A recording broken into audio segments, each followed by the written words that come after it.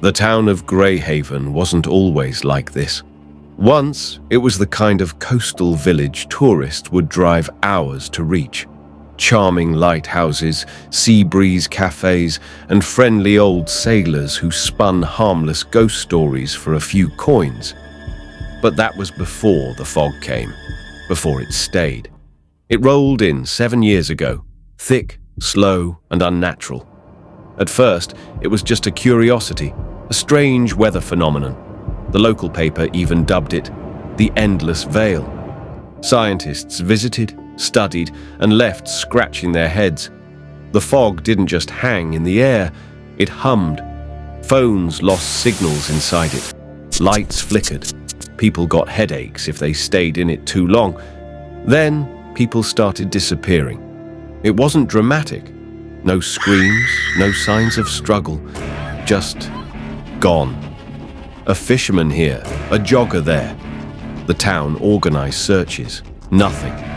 The fog swallowed everything and gave back nothing.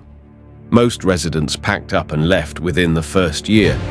The government quietly shut down the main roads, declared the town geologically unstable, and stopped talking about it. But not everyone left. Eli stayed. He had grown up in Greyhaven, and his mother, suffering from dementia, refused to leave the only home she'd ever known.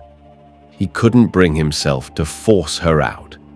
Now, it was just the two of them in a house by the cliffs, surrounded by silence and fog that never lifted. One night, Eli heard knocking at the door.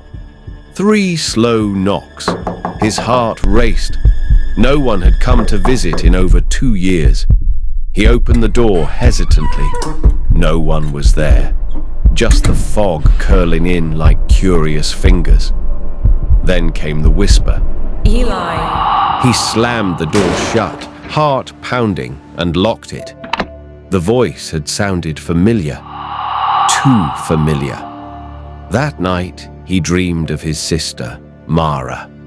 She had vanished into the fog 5 years ago on her way home from school. Everyone said she'd probably run away, but he'd heard her in the fog. Eli. The next day, Eli packed a flashlight, compass, and recorder, leaving a note for his mother. He stepped into the fog. The world inside was different. Sound was muffled. The compass spun uselessly. Trees loomed like statues. He turned on the recorder. Minutes passed, maybe hours. Then he heard singing. A lullaby his mother used to hum. He followed it. He found a cabin, one that shouldn't exist. Inside was Mara. She hadn't aged a day, but something was wrong. Her eyes were too still, too wide. She smiled. "Hi, Eli," she said. Her voice echoed strangely. Come stay. The fog is safe. It remembers everything. He ran. The fog screamed. He stumbled back into town hours later. Or was it days?